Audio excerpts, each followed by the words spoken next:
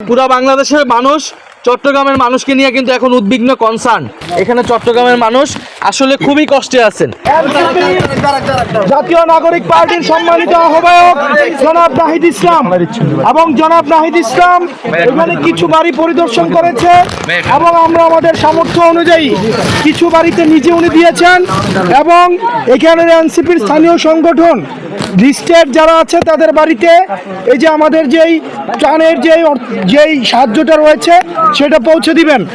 আর ওনার পরিদর্শন এবং পর্যবেক্ষণ নিয়ে আপনাদের সামনে কথা বলবেন জাতীয় নাগরিক পার্টির সম্মানিত আহ্বায়ক জনাব নাহিদ ইসলাম।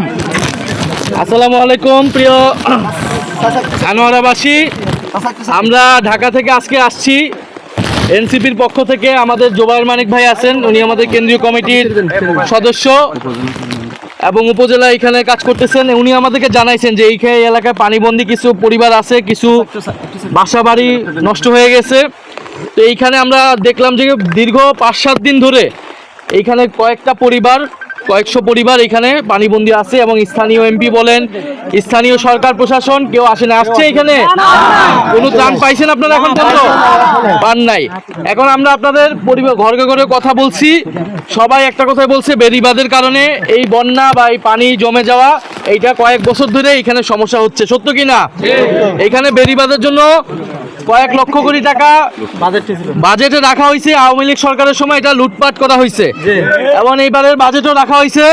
আমরা আপনাদেরকে কথা দিয়ে যাচ্ছি, এবারের বাজেটের একটা টাকাও আমরা দুর্নীতি হইতে দিব না, লুটপাট হইতে দিব না। বেড়িবাঁধের কথা আমরা তুলব সংসদে এবং এই টাকা যাতে স্থানীয় এমপি হোক, প্রশাসন হোক, তারা যাতে সঠিকভাবে টাকা ব্যয় করে এবং দ্রুত সময়ের মধ্যে বেড়িবাঁধটা হয় এবং এইখানে স্থানীয় আপনারা যারা আছেন তাদের যাতে এই কষ্টটা দূর হয়, এটার জন্য আমরা ইনশাল্লাহ চেষ্টা করব। বন্যায় আমরা আমাদের জায়গা থেকে যতটুকু সক্ষমতা আমরা কিছু সহযোগিতা করে গেছি। আমাদের এখানে যারা স্থানীয় যারা কর্মী আছেন, নেতারা আছেন, তারা আপনাদেরকে আরও সহযোগিতা করবে আমাদের সক্ষমতা অনুযায়ী।